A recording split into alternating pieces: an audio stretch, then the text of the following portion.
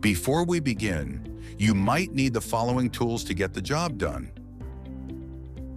Make sure you have all the required knotwood materials for this system.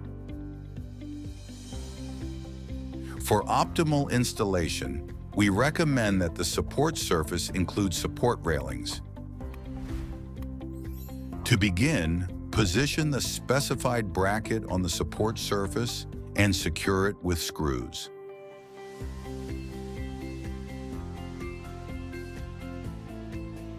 Repeat this process until the entire desired surface is covered.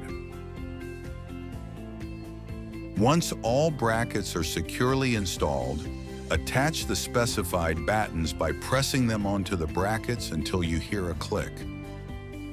Repeat this process until all brackets are fitted with battens.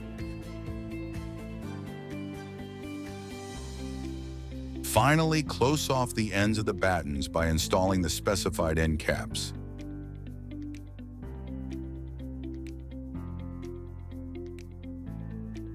And that's it.